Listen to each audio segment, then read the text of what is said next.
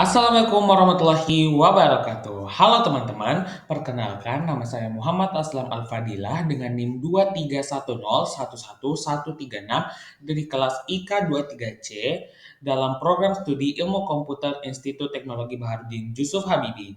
Nah, di video kali ini saya akan menjelaskan tentang sistem operasi Linux yaitu Ubuntu dalam mata kuliah Sistem Operasi. Nah, di video kali ini saya akan membahas tentang membuat sistem direktori dengan akses terbatas untuk beberapa tim.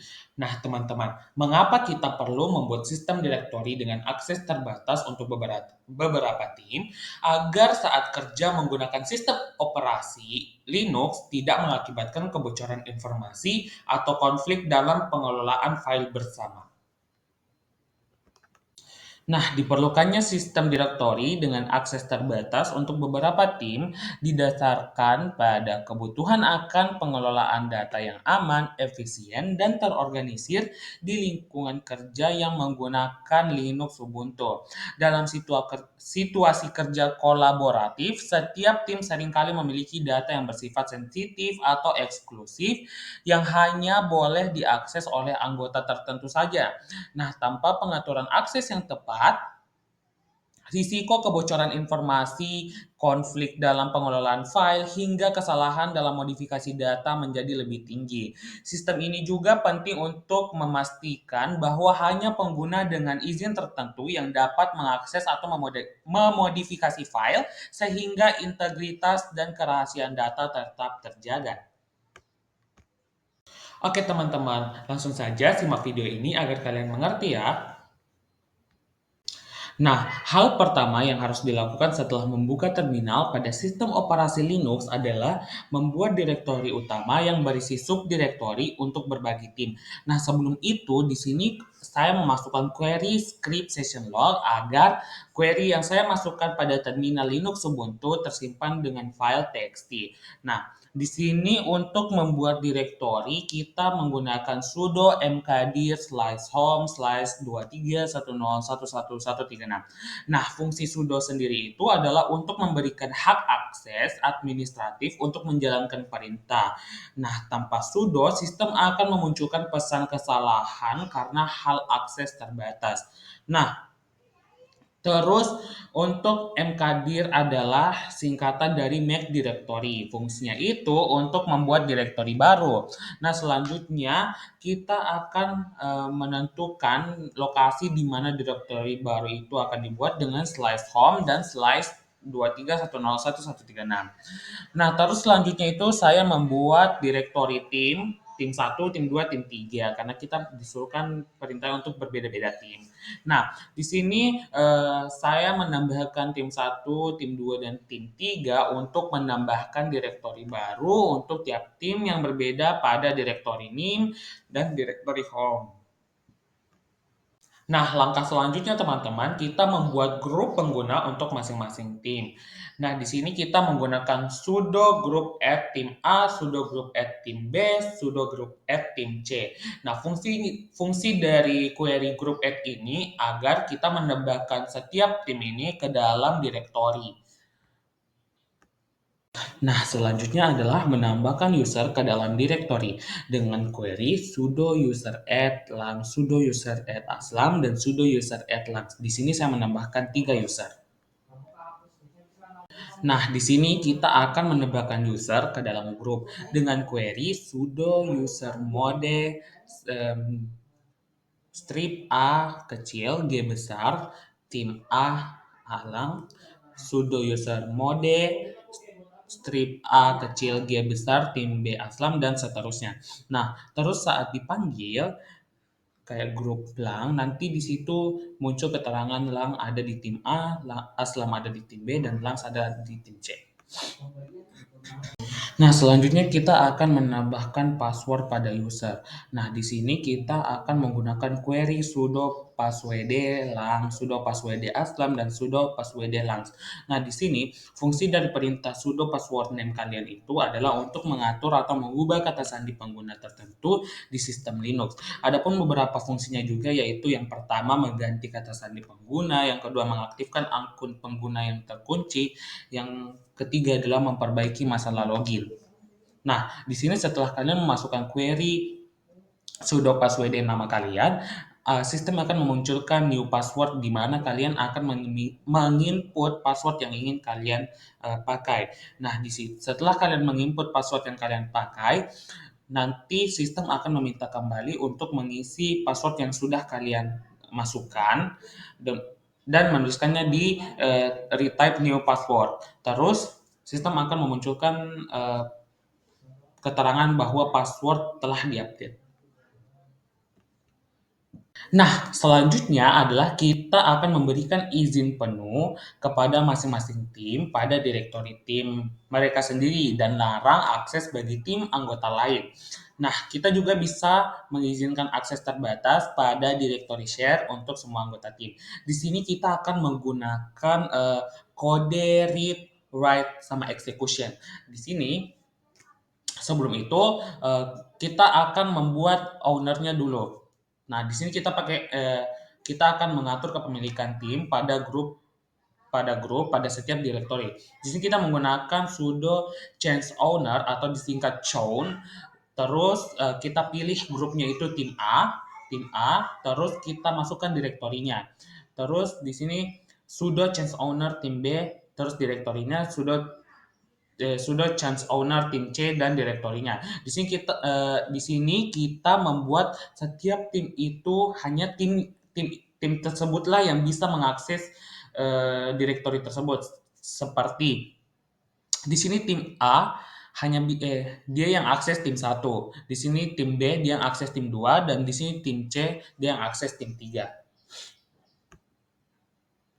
Nah, di sini kita akan mengatur setiap kepemilikan grup ke direktori.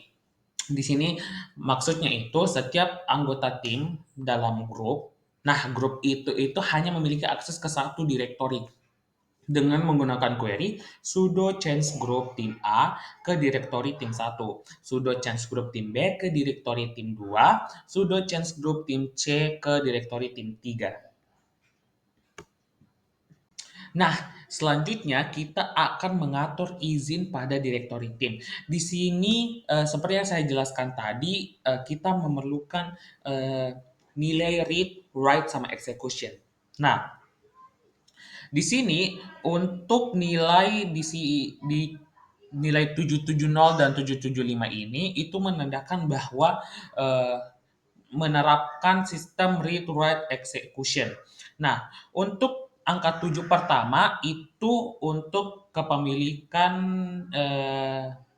super user. Nah, di sini super user itu bisa membaca, mengedit, dan mengeksekusi query yang dia buat. Nah, terus angka 7 yang kedua itu untuk kepemilikan grup. Nah, di sini di grup itu dia bisa membaca, mengedit, sama mengeksekusi. Nah, untuk nilai 0 sendiri itu untuk kepemilikan bagi user lain. Jadi orang di luar grup dan di luar super user itu tidak bisa mengakses. Makanya nilainya harus 0. 7 ini didapat dari mana? Nah, dalam sistem operasi ada nilai-nilai yang sudah ditetapkan seperti nilai read itu nilainya 4, nilai write itu nilainya 2, dan nilai execution itu nilainya 1 yang disingkat RWX. Nah, nilai 7 ini didapat dari nilai bisa melakukan read, bisa melakukan write, bisa melakukan execution. Nah, di sini nilainya itu berarti 7 karena 4 tambah 2 tambah 1 hasilnya 7. Nah, di sini kenapa kita di sudo change mode 775 di bagian directory share, kenapa kita berikan 5 di situ? Di sini ceritanya di kasus yang kita lakukan ini kita bisa mengizinkan orang lain untuk membaca tapi tidak mengizinkan orang lain untuk mengedit. mengedit apa yang kita buat. Jadi untuk super user itu sudah memberikan nilai 7, bisa membaca, bisa mengedit, bisa mengeksekusi. Nah, terus untuk kepemilikan grupnya juga sudah bisa membaca, mengedit, sama mengeksekusi. Sedangkan untuk user di luar kepemilikan grup dan super user itu cuma diberikan akses untuk membaca sama mengeksekusi, tidak bisa untuk mengedit isinya. Makanya nilainya 775. Nah, untuk query-nya sendiri kita menggunakan sudo change mode. Sudo change mode atau disingkat dengan sudo change mode dengan nilai sesuai dengan read to write execution, terus direktori mana yang ingin kalian tempatkan. Begitu juga ke tim 1, tim 2 dan tim 3. Lalu eh, untuk tampilan sendiri kita panggil dengan menggunakan ls strip l, terus directory bakal muncul di sebelah di gambar kedua bakal muncul hasil dari sistem yang kalian buat, query yang kalian edit. Nah, di sini tuh di tampilan hasilnya itu sudah tertera itu rwx. Nah, itulah fungsi izin yang diatur ke dalam direktori kayak rwx, terus rwx di tim 1 kan di sini rwx, di tim 2 juga sama, di tim 3 juga sama, sedangkan di share itu ditambahkan x bahwa memberikan eh, izin terkecuali kepada user di luar grup dan eh, di luar grup dan super user. Seperti itu. Nah, selanjutnya kita akan menerapkan sticky bit pada directory share. Nah, fungsi dari sticky bit sendiri ini untuk mencegah anggota tim untuk menghapus file yang dibuat oleh orang lain di directory share. Nah, dengan cara kita menambahkan query sudo change mode ditambah t slice directory. Nah, hasilnya nanti seperti yang ada pada gambar. Nah, oke teman-teman, itulah tadi penjelasan singkat terkait Linux Ubuntu untuk membuat sistem direktori dengan akses terbatas untuk beberapa tim. Nah, kesimpulan yang bisa kita dapat adalah pengelolaan file dan direktori dalam sistem Linux Ubuntu memerlukan pengaturan yang tepat untuk memastikan keamanan, efisiensi, dan keteraturan akses data. Dengan mengelola perizinan menggunakan konsep grup dan izin RWX, membatasi akses ke subdirektori hanya untuk anggota grup tertentu, serta menerapkan fitur sticky bit pada direktori bersama. Sistem dapat menjaga integritas dan kerahasiaan data.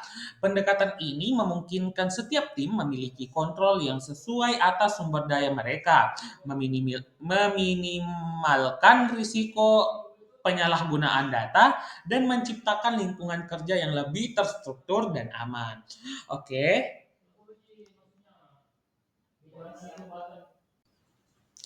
Oke teman-teman, sekian penjelasan video terkait sistem operasi Linux Ubuntu untuk membuat sistem direktori dengan akses terbatas untuk beberapa tim. Terima kasih dan see you in next video. Bye-bye.